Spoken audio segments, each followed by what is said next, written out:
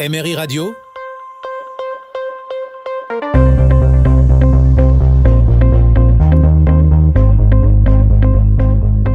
Le décryptage de l'info. Il est 16h50, c'est l'heure du grand dossier, notre nouveau rendez-vous en plein débat sur l'envoi de troupes occidentales en Ukraine. Nos gouvernements nous disent-ils toute la vérité ? La vérité, c'est que la France, le Royaume-Uni ou encore les États-Unis ont déjà envoyé, il y a plusieurs mois, des hommes sur place, des militaires, des conseillers en Ukraine. Et nous vous raconterons ce qu'ils y font et pourquoi leur présence est hautement stratégique.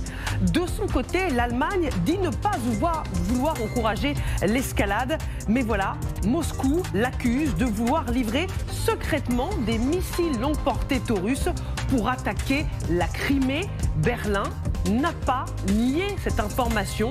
Elle a ouvert une enquête et le ministère allemand de la Défense confirme qu'une conversation entre officiers allemands a bien été interceptée.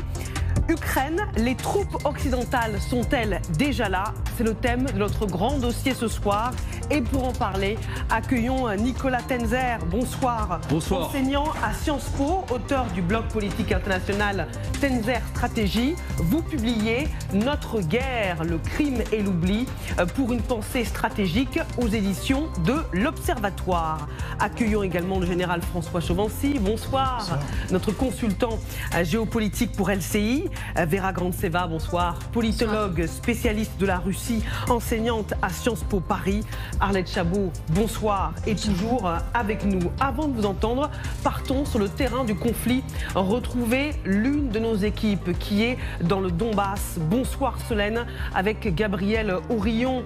Merci d'être avec nous en direct. Le débat sur l'envoi des troupes occidentales au sol déchire l'Occident. Qu'en dit-on en Ukraine ? Les Ukrainiens sont absolument pour l'envoi de toute aide possible et supplémentaire en Ukraine. Évidemment, ils n'ont jamais demandé l'envoi de troupes occidentales sur les territoires ukrainiens parce qu'ils savaient que c'était, du moins officiellement, la ligne rouge, et vous savez qu'il y en a eu beaucoup, que les Occidentaux ne voudraient jamais franchir. Donc forcément, c'est un débat qui a beaucoup étonné en début de semaine lorsqu'il y a eu cette fameuse déclaration d'Emmanuel Macron dont on a beaucoup parlé, parce que les Ukrainiens avaient toujours intégré que oui, les Occidentaux les aideraient via de l'aide militaire, de l'aide financière, de l'aide humanitaire, mais jamais en envoyant des troupes sur le sol. Ceci étant dit, il faut quand même être précis lorsqu'on parle de troupes sur le sol, et vous allez très bien l'expliquer en plateau, mais on peut parler en effet de formateurs, on peut parler d'hommes qui vont faire de la maintenance, d'hommes qui vont faire du renseignement, ou bien par exemple, du combat. On sait que dans le cas du renseignement, on a beaucoup parlé de ces bases de la CIA ces derniers jours qui sont présentes sur le sol ukrainien. On sait que dans le cadre de la formation, le Royaume-Uni en fait depuis 2014 en Ukraine, même si certes ils ont redéplacé cette formation sur leur sol en juillet 2022, mais ils ont toujours été très transparents à ce sujet.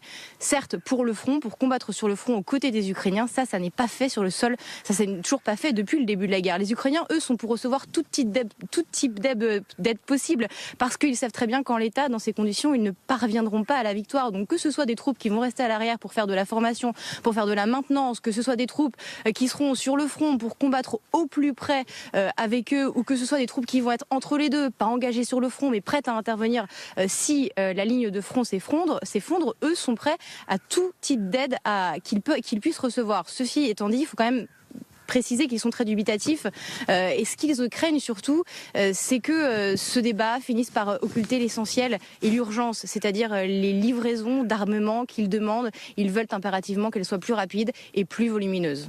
Merci beaucoup Solène Rioux et Gabriel Aurillon qui se sont arrêtés en cours de mission pour pouvoir être en direct avec nous depuis Sviatoïrsk dans le Donbass. Merci beaucoup Solène et Gabriel Aurillon. Paris assume d'avoir semé la zizanie en ouvrant le débat sur l'envoi des troupes occidentales en Ukraine. La question divise, il y a quand même des pour. La France qui ouvre le débat, les pays baltes qui sont très inquiets, ils sont favorables, les Pays-Bas, le Canada s'est dit prêt depuis hier à envoyer des soldats en Ukraine dans un rôle non combattant certes, mais on voit bien que les lignes bougent. Et Stéphane Sejourné, le nouveau chef de la diplomatie française, a expliqué la position de la France dans les colonnes du Monde. La France doit être du bon côté de l'histoire. Nous ne voulons pas nous retrouver dans une situation analogue à celle de septembre 38. face à l'Allemagne hitlérienne après les accords de Munich. Pour comprendre notre logique, il faut avoir conscience de la situation. Il s'agit probablement d'un moment de bascule. Il faut que notre soutien à l'Ukraine dure si nous voulons protéger les Français. Et les journalistes du Monde le relancent. Être du bon côté de l'histoire, cela veut dire envoyer des troupes au sol. Et Stéphane Séjourné répond, il s'agit de mettre en échec la Russie sans faire la guerre à la Russie.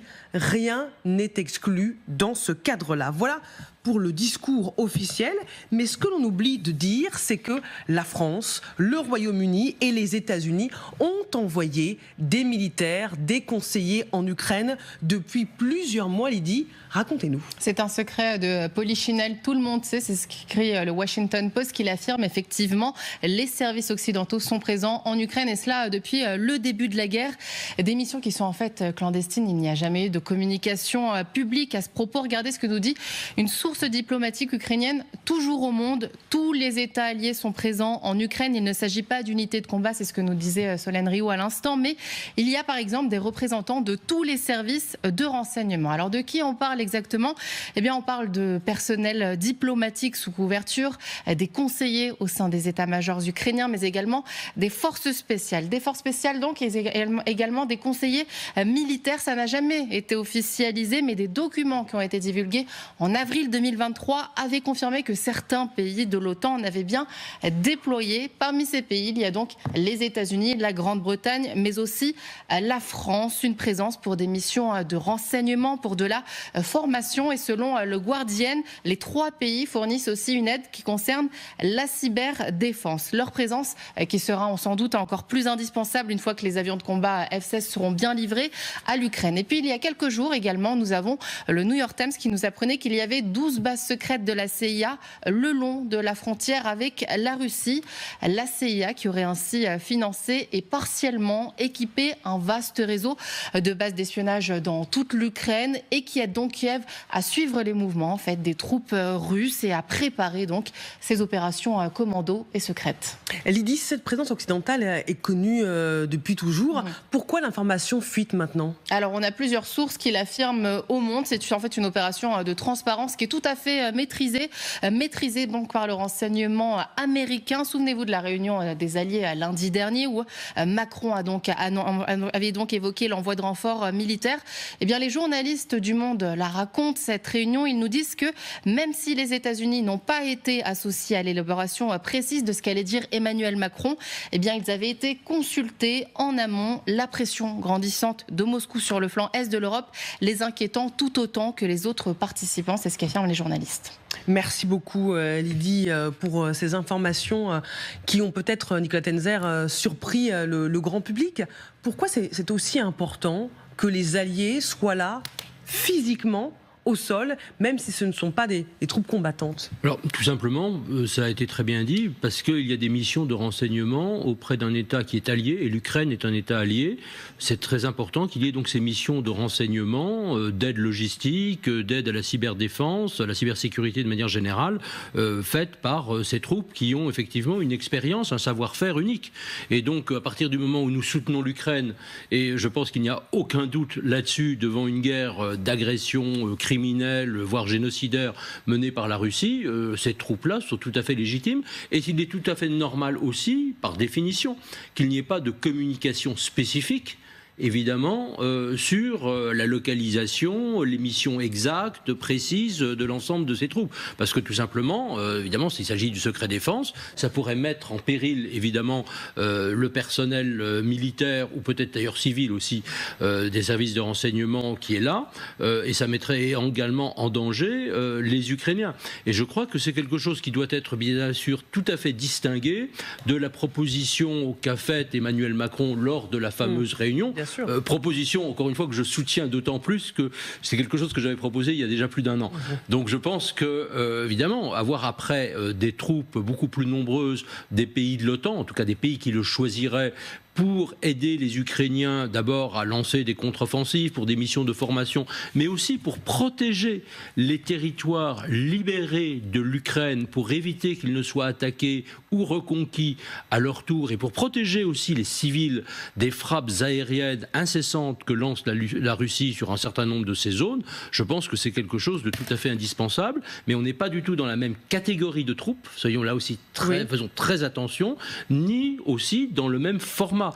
Les troupes spéciales, ce sont des effectifs par définition assez limités. S'il s'agit un jour, et je le souhaite dès que possible, qu'on envoie plus de troupes je dirais en Ukraine pour ces missions de sécurité, là on sera sur des contingents beaucoup plus importants, même s'ils ne seront pas bien sûr des troupes combattantes, il s'agit à pied sur pas que des troupes françaises, américaines, britanniques, allemandes, canadiennes ou quoi que ce soit combattent à côté des Ukrainiens, en tout cas pas pour l'instant, pour reconquérir le Donbass et la Crimée. Général, il y a des forces spéciales, des conseillers insérés au sein des états-majors ukrainiens et même du personnel diplomatique sous couverture. Quel est l'intérêt militaire d'être au sein de l'état-major ukrainien et d'avoir des forces spéciales sur place? Tout dépend de la mission qui est donnée. Si ce sont des forces spéciales, ils ont des missions de renseignement principalement à la date d'aujourd'hui. Donc ça, c'est leur mission traditionnelle sur un théâtre d'opération. Donc pour ça, il n'y a pas de changement. En revanche, pour les conseillers militaires, quel est leur rôle au sein d'un état-major? C'est d'apporter finalement leur savoir-faire. C'est quoi comme savoir-faire? C'est savoir planifier les opérations. C'est-à-dire comment les organiser, comment les mettre en lien les unes avec les unes avec les autres, c'est-à-dire en fait accompagner le travail d'état-major, parce que ce sont des compétences d'état-major. Maintenant, il peut aussi y avoir des spécialistes. Le général Delors rappelait très justement tout à l'heure qu'il y a des officiers de liaison. Un certain nombre d'officiers de liaison, pour nous, c'est quoi? Un officier de liaison, c'est un officier français qui va être au contact d'un homologue au sein d'état-major pour aussi faire le lien entre la vision française et ce qui se passe en Ukraine, en l'occurrence. Donc c'est un échange d'informations qui ne peut pas se faire toujours par écrit, qui ne peut pas se faire par téléphone. C'est le rapport physique. Et le rapport physique, c'est quoi aussi? C'est finalement des relations de confiance entre l'officier français et son correspondant ou ses correspondants ukrainiens. On va pouvoir expliquer des choses tranquillement, sans justement avoir une chape administrative autour. Donc on va régler par un problème de confiance, un nombre de sujets, et puis faire remonter des informations. Si l'état-major ukrainien, par son officier de contact, voit l'officier de liaison et dit voilà, on aura peut-être besoin de tant de munitions, c'est un exemple comme ça, eh ben, cet officier de liaison qui a vu le sujet dans l'état-major, qui a pu vérifier aussi peut-être la validité de la demande, va la remettre en forme et la faire remonter vers l'état-major français pour effectivement proposer qu'on fasse ou on ne fasse pas. Peut-être que le grand public n'avait pas conscience de la présence, certes limitée, on ne parle pas de troupes combattantes en Ukraine, de troupes françaises en Ukraine. Est-ce que si demain un membre des forces spéciales décède en Ukraine, on le saura? Pas forcément. En Afghanistan, il y a eu des pertes qu'on n'a pas évoquées comme cela.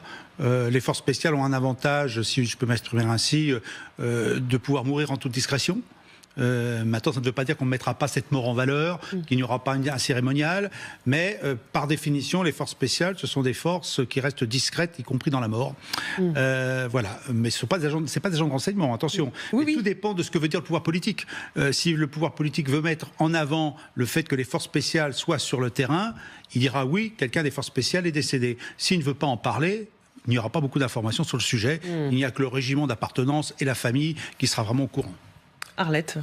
Je pense qu'il faut effectivement, Solène le faisait, faire la différence. Et d'ailleurs, on voit bien que on démine les propos du président de la République. Ce que dit Stéphane Séjourné, il explique bien encore aujourd'hui. Et on est samedi, dans mon souvenir, c'est ça? Oui. Et les propos remontent à lundi soir. Donc il est bien précis sur effectivement les raisons pour lesquelles il y a des Français qui seraient présents. Déminage, défense, cyber, assistance. Donc, ça va. Après, il faut quand même dire que les Français n'ont absolument pas compris ça. Et rien n'est exclu du président de la République avec les déploiements de troupes. Ça donne hier un sondage publié par Le Figaro. 74% des Français disent qu'ils sont évidemment totalement opposés à un envoi de troupes occidentales au sol en Ukraine. Et 68% qui estiment que le président de la République a eu tort de tenir ses propos. Donc il y a une incompréhension. Et j'ajoute juste, comme pour poursuivre sur ce que dit le ministre des Affaires étrangères aujourd'hui, qui fait une allusion à 38 à Munich. Alors, si on en est effectivement là, je pense qu'il faut vraiment parler aux Français. C'est-à-dire que si on en est au point de faire des choix aussi fondamentaux, et à chaque fois depuis le début, c'est le débat, ceux qui disaient faut discuter avec la Russie, ils ont été très vite traités de Munichois, qui est quand même la pire des insultes en France, mais c'est vrai que si on en est là à des choix aussi fondamentaux, 38, 39, la guerre, le déshonneur et la guerre, franchement, il doit y avoir une communication. Alors, ce qui peut se réjouir côté français, c'est que le chef de l'État va consulter l'ensemble des partis politiques la semaine prochaine. Il y aura un débat au Parlement. Mais si la France considère qu'effectivement la menace est aussi forte qu'elle pouvait être en Europe en 1938, honnêtement, il faut sans doute arrêter peut-être de ronronner ou de tenir des propos qui ne sont pas compris par les Français, parce que là, sinon, il y aura un fossé de plus en plus grand entre l'opinion et les choix politiques. Donc, encore une fois, moi, je pense qu'il faut vraiment tenir un langage de vérité et clair, c'est-à-dire qu'il puisse être compris par tout le monde. Et pas juste par Poutine, qui lui a compris le message que lui a envoyé le président. Bien sûr. Ça, c'est sûr. Franchement, l'ambiguïté stratégique, lui, il comprend. La difficulté, c'est que des citoyens ne comprennent pas. Et la réaction, d'ailleurs, effectivement, qu'on a vue dans d'autres capitales européennes, c'était par la même inquiétude, évidemment. C'est-à-dire, on se désolidarise de la France parce qu'il y a des implications, évidemment, intérieures. Et Vera, cette inquiétude, Poutine entend évidemment l'exploiter. Oui, effectivement, on a entendu les propos que tenu Poutine jeudi pendant son allocution annuelle au peuple russe. Les propos ont été quand même au degré encore plus élevé de l'agressivité, et on peut supposer que c'était partiellement une réponse aussi à ce qu'a dit Macron.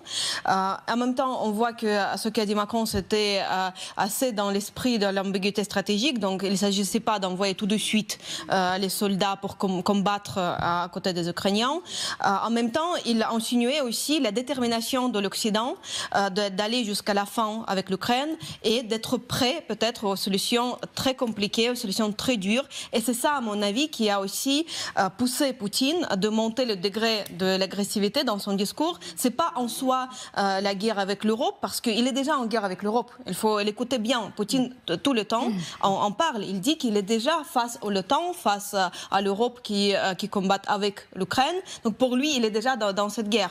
En même temps, ce qu'a entendu Poutine, ce qui à mon avis est dérangeant pour le Kremlin, c'est la détermination de l'Occident. Parce que pour l'instant, son plan était dans le fait que l'Occident va lâcher assez vite. Donc il faut juste attendre les élections de Trump, et peut-être Trump fera la pression sur l'Europe, et l'Europe va abandonner l'Ukraine, et on pourra signer le deal pour annexer les territoires presque officiellement avec l'accord de l'Occident. Sauf que Macron a montré la détermination que ça n'allait pas se passer, que l'Occident allait tenir, et c'est ça qui dérange les plans de Poutine, parce que pour l'instant aussi la guerre longue est compliquée pour lui, et ça peut entraîner des problèmes économiques et politiques en Russie et fragiliser le régime de Poutine. Vous restez avec nous, on va évidemment poursuivre ce débat avec le général Christophe Gomard qui va nous rejoindre, ancien chef du renseignement militaire et ancien commandant des forces spéciales, qui va nous raconter quel est le rôle précisément des forces spéciales qui se trouvent en Ukraine, côté français, et on parlera aussi de ces bases secrètes de la CIA le long de la frontière avec la Russie. Et puis l'Allemagne qui craint l'escalade, mais qui est accusée par Moscou de vouloir fournir des missiles Taurus à l'Ukraine pour frapper la Crimée. La Russie dit avoir intercepté des conversations entre officiers allemands qu'elle a diffusées à la télévision russe. Eh bien, Berlin ne dément pas et confirme qu'il y a bien une conversation secrète qui a été interceptée par Moscou. Restez avec nous, on se retrouve dans quelques petites minutes. Oui, il y a déjà des troupes occidentales en Ukraine depuis des mois déjà, mais le gouvernement ne le crie pas haut et fort. C'est le thème de notre grand dossier. Soyez les bienvenus si vous nous rejoignez en direct sur LCI. Regardons ce que disent les sources diplomatiques au monde. S'il y a des livraisons d'armes, il doit y avoir des gens qui donnent des informations pour utiliser les équipements sur place. L'Ukraine sert aussi de terrain d'essai de nouveaux matériels. Des drones sont ainsi testés sur place. Ce genre de professionnels sont sur le terrain, bien sûr. tous les États alliés sont présents en Ukraine. Il ne s'agit pas d'unités de combat, mais il y a par exemple des représentants de tous les services de renseignement. Allons justement plus loin avec le général Christophe Gomard qui nous a rejoint. Bonsoir général, ancien chef du renseignement militaire, ancien commandant des forces spéciales, auteur de Soldats de l'ombre au cœur des forces spéciales aux éditions HarperCollins. Général, quand on parle de forces spéciales qui peuvent participer à des opérations commando, de quoi parle-t-on précisément? L'avantage des forces spéciales, je crois que c'est ce que disait le général Pellistrandi il y a quelques minutes, c'est qu'en fait on les envoie de manière discrète. Elles ne sont pas clandestines, c'est-à-dire que leur utilisation et leur emploi est reconnu par l'État. Et si malheureusement un malheur devait arriver, c'est-à-dire un décès ou des blessés, ça serait reconnu par l'État français, contrairement à des gens qui seraient sous couverture et donc clandestins. Donc il est bien évident que sur tous les théâtres de crise, il ne faut pas se leurrer, et ça n'est pas du tout caché, on ne cherche pas du tout à le cacher à nos concitoyens, mais de manière à les protéger, à ce qu'ils restent discrets. C'est plus pour les protéger, eux, ces soldats que l'on envoie. Ils ne sont pas forcément en uniforme, mais en tous les cas, ils sont là effectivement auprès d'un pays allié, auprès de leurs homologues alliés, pour les conseiller, les aider, servir d'officiers de liaison.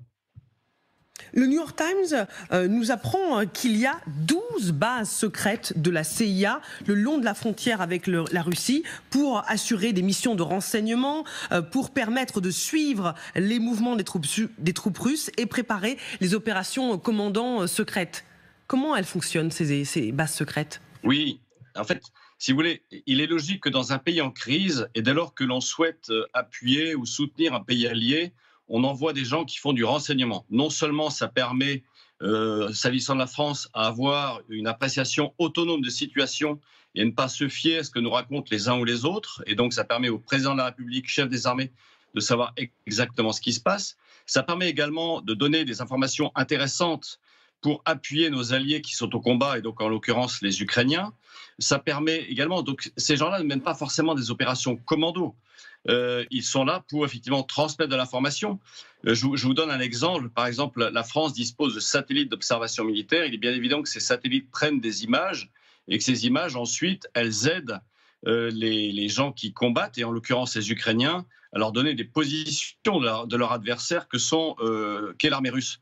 Donc si vous voulez, et pour transmettre ces images, il y a des canaux spécialisés, des canaux discrets, de façon à leur permettre en effet de disposer des images qui leur permettent ensuite de construire et de planifier leurs manœuvres. Et quel est l'intérêt d'avoir des conseillers qui sont directement insérés au sein des états-majors ukrainiens? Pourquoi doivent-ils être sur place et non pas en liaison via évidemment des canaux sécurisés? Ça permet, ça permet une plus grande efficacité, ça évite de la perte en ligne, parce que dès lors que vous êtes sur des réseaux, d'abord vous pouvez être intercepté, alors que lorsque c'est du direct, eh bien, vous transmettez l'information directement. Et ça permet de répondre plus immédiatement et plus rapidement aux besoins des Ukrainiens qui, eux, sont au combat. Mais, général Gomard, moi, ce qui m'étonne, c'est que on parle ouvertement de cette présence jusqu'ici discrète des troupes occidentales en Ukraine pour assurer essentiellement des missions de renseignement. Pourquoi les Américains balancent ces informations ? On n'en parlait pas jusqu'à présent. Ah non ça fait 2 ans que dure cette guerre, et ça fait 2 ans qu'on n'en parle pas. Donc c'est resté discret pendant 2 ans, même si les uns et les autres savaient pertinemment. Et j'ai entendu sur votre plateau l'autre jour le porte-parole de l'ambassade de Russie en France qui disait savoir qu'il y avait que les alliés de l'Ukraine disposaient de gens sur place. Je crois que le mot qui a choqué, c'est troupes au sol en réalité. C'est vrai que les forces spéciales ne sont pas des forces dites conventionnelles, ce sont des forces qui opèrent, qui sont en uniforme bien sûr, mais pas uniquement en uniforme, et qui sont là de manière discrète, et ce ne sont pas des effectifs très nombreux. Si vous voulez, lorsqu'on a appuyé les Katiba anti-Kadhafi en 2011 pour lutter contre Kadhafi, je crois qu'on avait quelques dizaines simplement de forces spéciales. Donc c'est pour vous dire que ces quelques dizaines d'hommes, c'est peu, mais je crois que dans la déclaration du président de la République, Emmanuel Macron l'autre jour, en fait, c'était l'occasion de dire, au-delà des messages de fermeté vis-à-vis de la Russie, de réveil de l'Europe, c'était également une manière de dire aux Français, mais en fait, on a de manière discrète un certain nombre de soldats qui sont là en appui des Ukrainiens. Merci Général Christophe Gomard pour ces informations, ancien chef du renseignement militaire et ancien commandant des forces spéciales. Merci d'avoir regardé cette vidéo ou d'avoir écouté ce podcast. Abonnez-vous.